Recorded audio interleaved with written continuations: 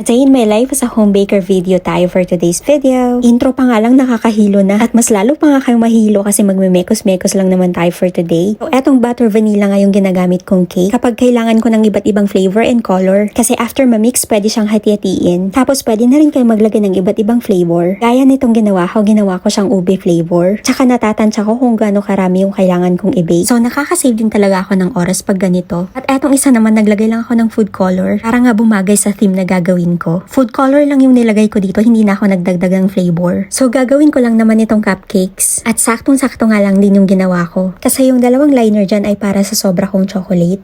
At gumawa rin pala ako nitong red velvet cake. Hindi ko na nga ito na-videohan pero ayan lang siya, binabalot ko lang siya ng cling wrap. At lagay na rin agad yan sa ref kasi bukas ko pa naman to gagamitin. So next naman itong custard cake. Bale isiningit ko nga lang ito kasi may rush order sila. Aga pa naman kasi madaling araw akong nag-start mag-bake. Pero inuna ko na tong gawin kasi medyo matagal din siyang mabake. Pag ganitong size nasa 11 inches. Umaabot ka ng 1 hour and 30 minutes sa oven. Kailangan kasi nito hindi masyadong malakas yung heat para hindi mabigla yung leche flan niya sa baba. At para pantay din yung pagkakabake ng cake at saka leche flan. Kapag kasi na-underbake to, masisira talaga yung shape niya. Ito nga lang yung pagka-bake ko dito, hindi na-overcook yung leche flan. Kasama din pala itong dalawang 7 inches na ube cake. Sunod nga ay itong chocolate chip cookies. So creaming method lang, combine yung sugar and butter. Then lagay ng dry ingredients and mekos-mekos lang. Lagay sa bowl, tapos binalot ko ng cling wrap. I-rest natin yan sa ref ng 24 hours. Tapos pwede na itong i-bake after yung mares. Tinuloy-tuloy ko na talaga yung video na to guys. Gabi na nga ito, tulog ng mga kasama ko sa bahay. Overtime tayo dyan sa paggawa ng cake topper. Meron ako nitong melted marshmallow tapos rice crisps. Pinaghalo ko lang silang dalawa. So yung marshmallow yung magsisilbing pang bind natin para sa rice crisps. Momold ko kasi ito ng pabilog para nga gawing ball topper. So, bibilugin ko nga lahat yan guys. So eto na nga, ganyan lang siya. Papatigasin ko lang yan tapos babalutin na ng fondant. So kinabukasan ito na nga yung next na ginawa ko. Gumawa naman ako ng mga fondant topper para sa cake na gagawin ko. Medyo time consuming kasi ang paggawa ng mga ganito kaya inuna ko na. Kailangan nga dito matigas na